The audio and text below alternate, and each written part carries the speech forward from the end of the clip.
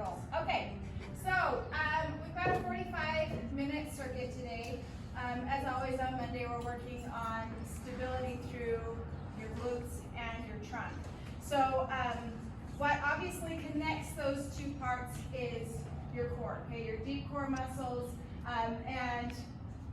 so we got to make sure that we are engaged through the core on almost all of these movements here. So we're going to start the first, actually all of these movements include glute and hamstring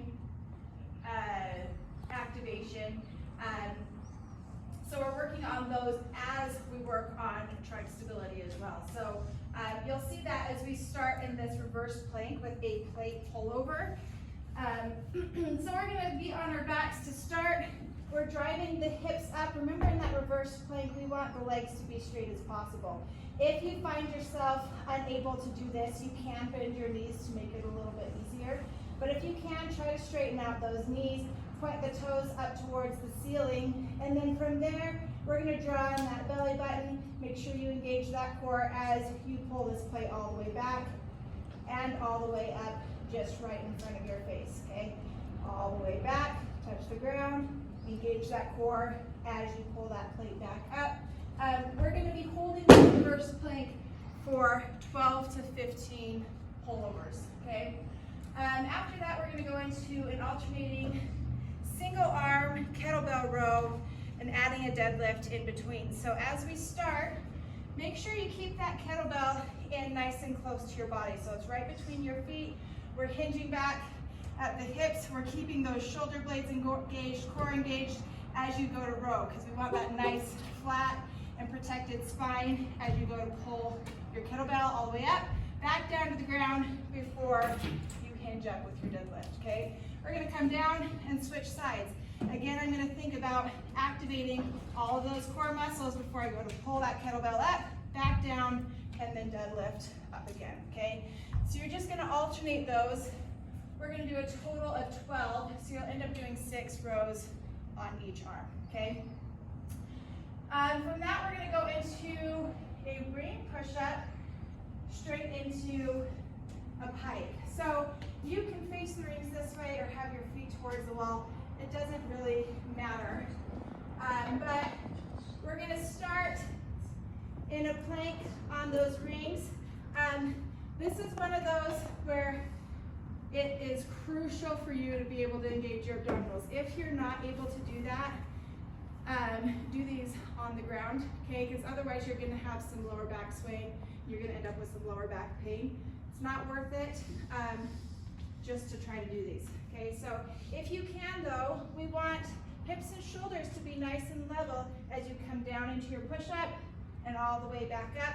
And then from here, we're gonna draw on that belly button, come into a pike, okay?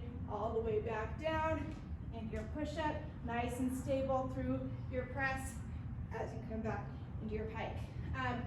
Like I said, if you can't keep nice and level in that push-up on the rings, you can do it on the ground. Same idea, all the way down and up, and then pushing back into that pike. You can also do it on your knees if the regular push-up is a little too hard still, okay?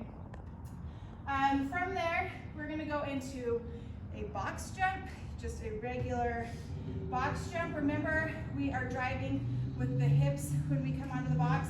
So as you start, you're sitting those hips behind you, and we're using those arms for some momentum too. So hips and arms come back, and then we're gonna drive those hips forward as we jump, landing softly with bent knees before extending all the way at the top, okay? Make sure you do extend your hips at the top of that jump. So we've got 10 box jumps. You can hop or step down on those. And then we'll go out to the field for the squat jump to single leg deadlift. So this is an alternating single leg deadlift with a squat jump in the middle. So this is where we feel that stability, that glute stability really kicks in, okay? So we're gonna do a squat jump coming down, but as you come up, you're gonna land on one foot. So I'm gonna come up, land here, and come come into a single leg deadlift, touching all the way down, hinging at the hips, making sure we're not collapsing through the trunk, okay? Make sure you keep that back flat as you come all the way down, and you're gonna come up, back into a jump squat, now landing on the other foot, and coming into that single leg deadlift, okay? So down, one foot, hinge back, down, one foot, hinge back, alternating there, okay? Make sure you're not going so fast that you're not catching your balance and you're not wobbling all over the place, okay? Make sure when you jump up and you land, you're nice and stable before you go into that single leg deadlift, okay?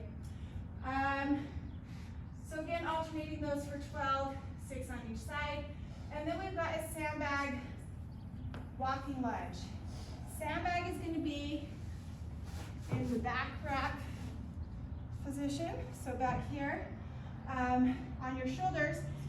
And then we're going to just do a walking lunge. Remember when you step out though, to not let your knee track over your toe. This is especially a problem with these forward walking lunges because our momentum's already moving forward, right? So we have to kind of work against that and control on the way down so that our shin is nice and vertical. So if you find yourself going over, that's okay, just correct yourself and shift back and then drive through that heel to come up.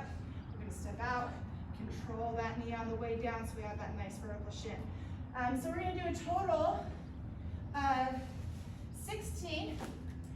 You can just do 16 straight out and walk your sandbag out, back, or you can do 8 out, 8 back, whatever you want to do, okay?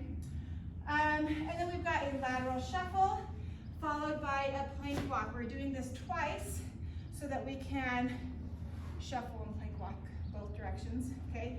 So if you start facing this way, you're gonna come out and touch the ground as we're in that wide stance. So we're gonna touch 10 times. So 1, together, 2, together, 3, again, touching in that wide stance. Once you go down 10 times, you're gonna hop out into a plank and we're gonna plank walk all the way back to where you started, okay? So you're starting at the blue line, you're gonna shuffle out 10 times and then you're gonna plank walk all the way back to the blue line. So when we plank walk, we're in that high plank and remember you're moving your same side, hand and foot at the same time. So we open together, close together, open together, close together, all the way back.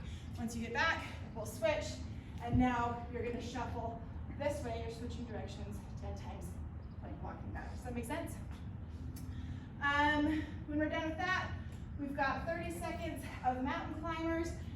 In your mountain climbers, try to not let your hips bob up and down so much. Keep those hips nice and stable so we're not doing this, but more like this while pulling your belly button in, okay? 30 seconds of that, and then we'll finish with a street run. Doesn't have to be a long street run. You don't have to go around the green box. You can just go out the door here, all the way down, and right back in, okay?